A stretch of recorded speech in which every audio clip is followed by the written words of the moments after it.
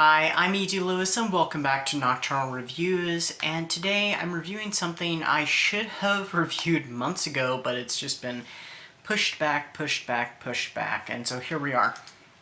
So this one I actually read, it took me a really long time to read. It read it over a course of, 2 or 3 years? Because there was a lot of stops and starts in between, but I did really enjoy the book, so a bit of a spoiler there. So I am doing a review on the Wolfman novelization by John Maberry. I think that's how the name is pronounced. Anyway, based off of the 2010 adaptation, the screenplay by Andrew Kevin Walker and David Self, which was also inspired off of the Kurt Siodmak? I cannot say his name. I normally can, but for some reason I cannot say it today. So, like I said, this is based off the original script, so it is a little bit different from the movie. The movie was directed by Joe Johnston. So this one tells the story of Lawrence Tolbert. He's an actor, and he's been away from his family home for many years and stuff. He learns that his brother has died suddenly and mysteriously and is called back home. His brother's fiancée, Gwendolyn, she is the one actually calls him back, and he's reintegrating into what's going into his family situation, his very distant isolated father, his childhood home, the trauma that exists there, and the mysterious circumstances of what happened to his brother. There's talk around the village, and there's an implication of there being a werewolf. One night, though, he ends up in a Romani camp during a confrontation that's going on, and the group is attacked by a werewolf. Lawrence is wounded by the beast, and soon he starts to experience some unfortunate happenings, and that's what I'm going to say there. If you've seen the original Wolfman, you of course know where this is going. If you've seen the 2010 film, you of course know where this is going. But we'll be right back after these messages. Do you like the sound of werewolves howling in the night, the moans of creatures, and the bubbling up of mysterious aquatic terrors? Then you might be interested in my Universal Monsters Reading Challenge, which is going on all year of 2026. It's got plenty of prompts, all based around the classic Universal Studios monsters: Dracula, Frankenstein, the werewolf, the creature from the Black Lagoon, so on and so forth. Plus a few bonuses. You don't want to miss it. If you enjoy poetry of the dark, spooky, sometimes light, and oftentimes deep variety, then check out this month's PAX Poetry, dedicated to the loving memory of our late friend, Pax Panic. So, I know the 2010 film did not do very well, and I did rewatch it after reading the book, and I remember seeing it, years ago. I think I had rented it or bought it on DVD, and I was kind of disappointed with it. It wasn't what I was expecting, and largely forgettable. I did, of course, remember the twist, and that was even when I was reading this. I did remember the twist. I knew exactly what it was. But this book reminded me of so many things that I had forgotten, and then watching the movie, I'm like, wow, the movie and the book are very, very different. Now, of course, the book is based off the script. I don't know how much Maberry added to it, but I know there's at least one deleted scene from the movie that is for sure in this book. Of course, in the book, it's longer. It's very intense and stuff, and it's watching the deleted scene and reading this, the scene in the book, the scene in the book is better. I honestly did enjoy the book way more. You get more about Lawrence. You get more about his budding relationship with Gwen. It's not so forced. You get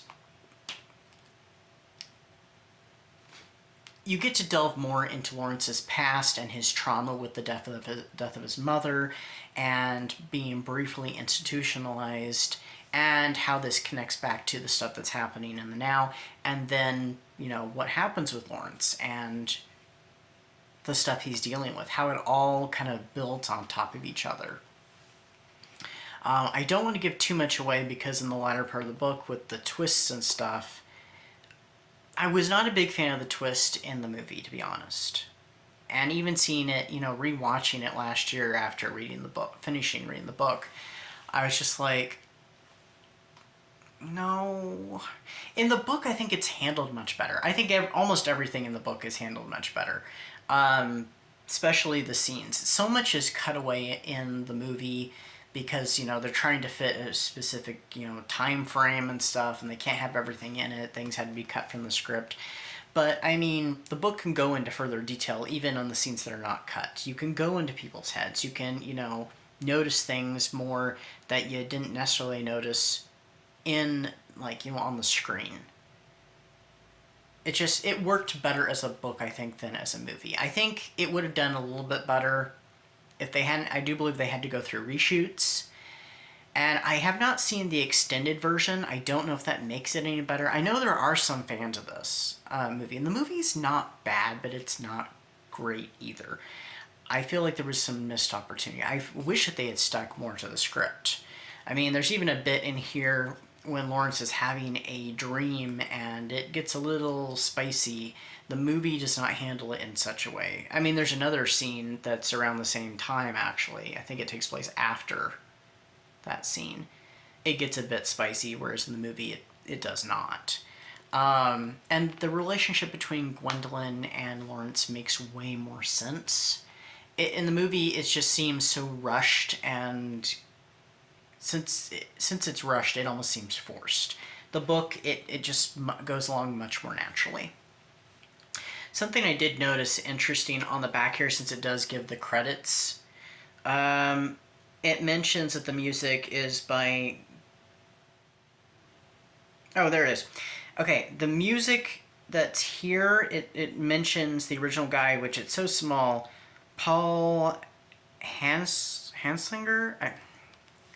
I'll probably have it up on the screen. Whereas in the final movie, I think they went with Danny Elfman's music. I am really curious what the original music sounded like, but it does have those credits on there versus in the actual movie. So this was printed either that way by mistake or before they had cemented the final music into the cut. But I was on this book for quite a while. I had started a couple Halloween-a-thons ago, didn't get to finish it, and I put it down. I did pick it up at least once in between then and last November, and I read a little bit of it, set it back down, didn't pick it back up, and I finished it during the Howls and Haunts. Is that what it's called? The Howls and Haunts readathon that was created by author D.L. Tillery, the Mistress of Horror, that was last November. And like I said, I did really enjoy this book. I honestly don't remember if I was thinking 5 stars or 4.5. On Goodreads, I always run it up to 5, so we're just going to go ahead and go with it. 5 stars. It was excellent. It's worth your time. If you're not a fan of the movie, I think you'd like the book way more. If you do like the movie, I think you'd probably still like the book more. It's not bad, the movie itself. It's worth rewatching, but it's not what anybody was hoping for. Now, granted, the effects in the movie are fantastic. The chase in London itself, the big chase scene, is even also better in here than what we got in the movie. But I haven't seen the extended edition. Maybe I'll watch it this year during Halloween time. I don't know. Or even during the holiday time. I might even watch it. Who knows? But yeah, if you get a chance and find an old copy of the novelization of the Wolfman, it is one of those ones with the really skinny, tall book. I don't know why they didn't like that, but anyway. It's worth your time, so I would recommend it. That's what I've got for you today. I hope everybody has been having a great August as we are getting closer to autumn and closer to, full-blown Halloween. So until next time, stay safe, stay spooky, and I'll see you then. Namaste, and bye-bye.